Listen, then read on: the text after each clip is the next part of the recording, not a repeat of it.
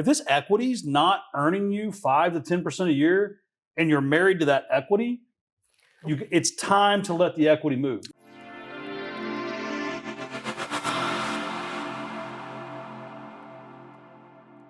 So you're a young guy. You're less than 40 still, right? Yes. Right? Yeah. 38, 39? 38. Yeah. I'll take it. I pay attention. I'll take it. You're a young guy, but you said you don't want to have all this debt when you're, I think, 60 or 65 is what you just said. Let's just fast forward there for fun. Sure. We're, what is that? Help me out. 20 years from now, just call it. The year is 2045. Do you still have all these divisions? Do you still own the houses? He owns Columbus. Or are you the mayor? You ever seen the mayor of Kingstown? Anyway, I have. That is a great series, by the way. Yeah.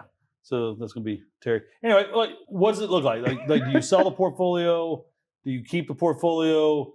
Do you just finally give in and hire a management company and let them do it all? I'll never do that. What's the vision of the goal there?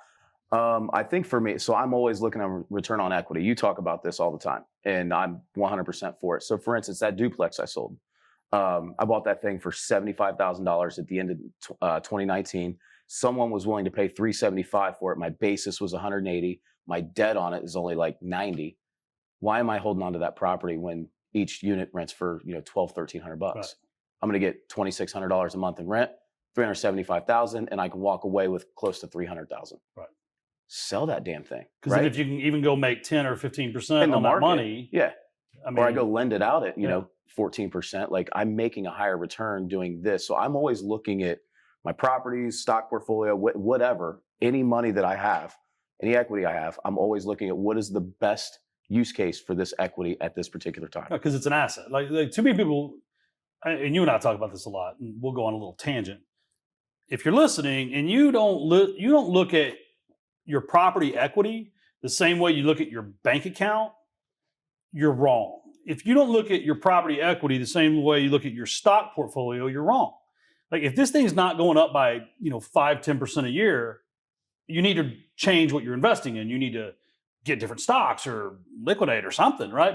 Same thing with this equity. If this equity's not earning you 5 to 10% a year and you're married to that equity, it's time to let the equity move. We talk about this a lot. People get emotional about property, and they get emotional about tenants in their investments. And then, do you think it's the emotionality to the property itself, or the decision making? And like, hey, I want to be right, and because I did this thing, I'm going to stay on it because, I made that decision. You go, then I'll go. Okay. Well, think about like every real estate investor that's bought like their first couple properties, and you think about how much you had to save, the sacrifices you had to make, all these things that you did that cultivated you buying this property. You get emotional about it, right? You never want to let it go. Like the second house I ever bought, I don't know that I can sell that thing. Like, it was, I remember the whole thing. Well, go ahead. Yeah, but see, I get emotional too, but imagine everyone else that's, maybe a 5, 10, 20 unit person, like, they don't want to let go of that property. So I just think that we get way too emotional about it instead of looking at it just, hey, here's the numbers, here's what I can do. And quite frankly, if you're putting your money into a passive vehicle like loaning money or stock market or some other vehicle where it's true mailbox money, not rentals, you're going to have more time and more headspace too. It's purely FOMO. If I bought the house for 100, now it's worth 200, what if it becomes worth 500 one day? And it's this, we've already done the hard work, I don't want to miss out on something, instead of understanding that 100,000 in equity is an asset that you could use to go buy a $500,000 asset right now, put 20% down, cash flow, but now the compounded growth is not on the equity, it's on the asset value. So over here, you're getting 3% on 200,000, that same asset. Well, now you're getting 3% on 500,000. So that equity is no longer serving you there. You created it. You have to look at that as the fruit, but then you need to recycle it. It's the reason hedge funds exit every 5 to 7 years.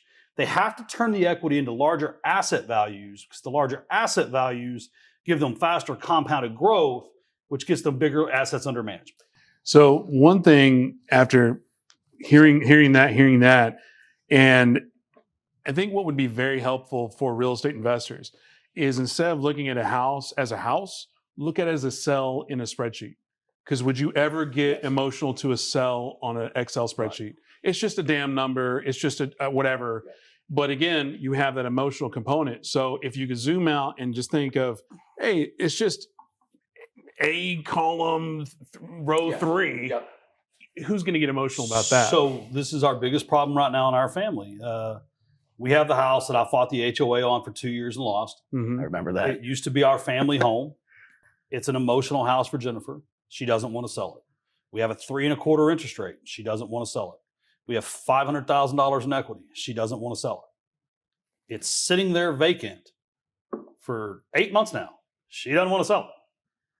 She wants to look at it as it's kind of like a savings account. And you can look at it that way. I mean, it is appreciating. It is a good asset.